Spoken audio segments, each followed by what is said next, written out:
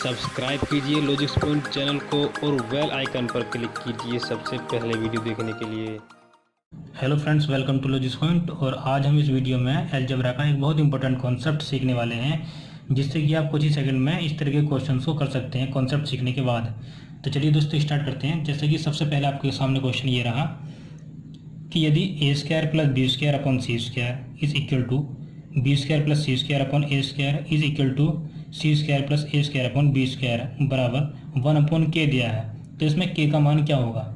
मतलब क्वेश्चन अगर इस टाइप में हो तो हम बहुत जल्दी कर सकते हैं। जैसे कि इसमें बीच में इक्वल का साइन दिया है, तीनों के बीच में इक्वल का साइन दिया है। अगर आपको ये तरीका पता होगा जो मैं बताने वाला हूँ, तो आप इसे 1-2 सेकंड में कर सकते हैं। डायरेक्ट ले सकते हैं कि के बराबर 1/2 आएगा। ठीक है, तो ऑप्शन 4 आएगा इसका आंसर। के बराबर 1/2 आएगा कैसे, वो मैं आपको बता देता हूँ।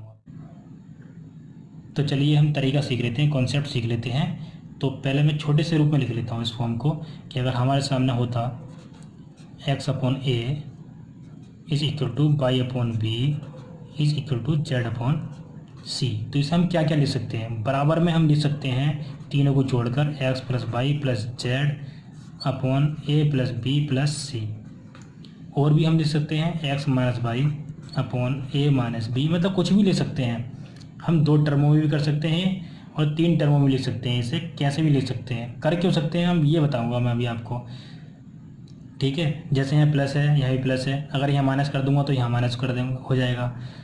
करेंगे हम यहाँ माइनस करेंगे तो यहाँ भी माइनस करेंगे, मतलब जो ऊपर साइन चेंज करेंगे वही नीचे करेंगे। जैसे यहाँ माइनस था यहाँ माइनस, यहाँ प्लस कर सकते थे, यहाँ माइनस कर सकते थे। ये एक्स और वाई के साथ करा था, ये हम एक्स और जेड के साथ भी कर सकते थे, वाई और जेड के साथ भी कर सकते थे। मतलब कुछ भी कर सकते हैं प्लस और माइनस में, मल्टीप्लाई में नहीं, प्लस और माइनस में सिर्फ। ठीक है, अब कर क्यों सकते हैं वो मैं आपको बता देता हूँ कि अगर हम, ये तो मैंने बाद में कराया इतना।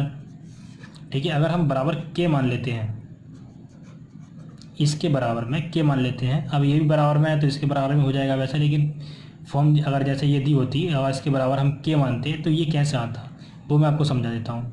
जैसे एक्स अपॉन ए बराबर वाई अपॉन बी बराबर Z upon C is equal to के मान लिया मैंने, तो एक्स बराबर क्या हो जाएगा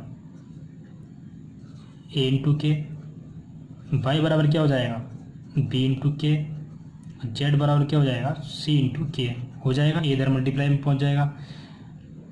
ठीक है, तो ये आ जाएगा, इधर बी मल्टीप्लाई में पहुंच जाएगा और ये सी मल्टीप्लाई में पहुंच जाएगा, ये आ जाएगा। अगर हम इन तीनों को जोड़ते हैं तो क्या आ जाएगा, X plus Y plus Z, तीनों को जोड़ दिया आपस में, is equal to A plus B plus C. बाहर के तो के बराबर क्या आ गया, X plus Y plus Z upon A plus B plus C, ये वाला टर्म आ गया। ठीक है, अब जैसे X minus Y upon A minus B, ये कैसे आता, सिर्फ हम इन दोनों को घटा देते तब ए की के की वैल्यू क्या आती है, x minus Y upon A minus B. तो इस तरीके से हम तीनों को आपस में किसी भी तरीके से जोड़ या घटाएंगे तो उस तरीके से साइन चेंज हो जाएंगे, कुछ भी आ सकता है मतलब। ठीक है, लेकिन ज़्यादातर जो यूज में आते हैं वो ये दोनों आ जाते हैं। और भी आ सकते हैं, क्वेश्चन के तरीके को देखकर, क्वेश्चन के जो आंसर को देखकर हमें करना पड़ता है कभी कभी। जैसे कि अभी आपको मैं आगे क्वेश्चन दूंगा उसमें करेंगे हम थोड़ा मल्टीप्लाई वगैरह। लेकिन जो ये क्वेश्चन दिया था मैंने अभी, इसमें मैंने क्या लगाया था, ये वाला तरीका लगा दिया था। बस तीनों को ऊपर जोड़ दिया था और नीचे भी तीनों को जोड़ दिया था, मेरा आंसर आ गया था। ठीक है, जैसे क्वेश्चन में दिया है, जो ये क्वेश्चन था आपके सामने पहले, तो इसमें अगर हम ऊपर सारे टर्मों को जोड़ते हैं तो क्या आ जाएगा, ए स्क्वायर प्लस बी स्क्वायर, ठीक है, plus B square plus C square plus C square plus A square. ये ऊपर सारे टर्मों को जोड़ दिया मैंने, बराबर में आएगा। ठीक है, जैसे 1 के है बराबर में, तो उसके भी बराबर में हमें ये कर देंगे क्योंकि बराबर में होता है। अब नीचे वाले टर्म को जोड़ देंगे, आ जाएगा सी square plus A square plus B square. नीचे वाले टर्म में क्या है, सी स्क्वायर ए स्क्वायर और बी स्क्वायर।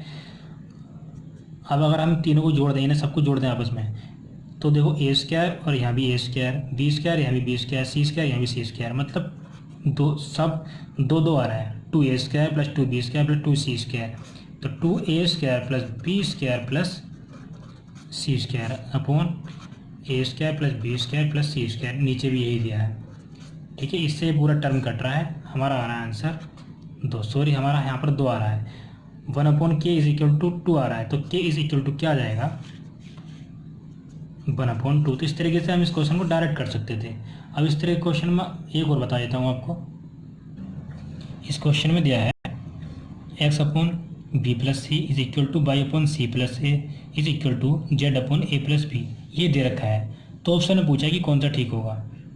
ठीक है, तो इसको हम किस तरीके से करेंगे, जैसे कि आप ऑप्शन पहले वाले ऑप्शन में देख रहे होंगे कि इसमें क्या बन रहा है, x - y/b - a।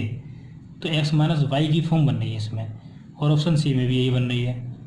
ठीक है, तो सबसे पहले हम इसे देखते हैं, x - y की फॉर्म बनाकर देखते हैं। कभी कभी हमें ऑप्शन के हिसाब से चलना पड़ता है, जैसे x - y नीचे बन रहा है पहले वाले ऑप्शन में, तो हम इस क्वेश्चन में x - y बनाकर देखते हैं। जैसे कि भी मैंने तरीका बताया था, कुछ भी कर सकते हैं हम इसमें।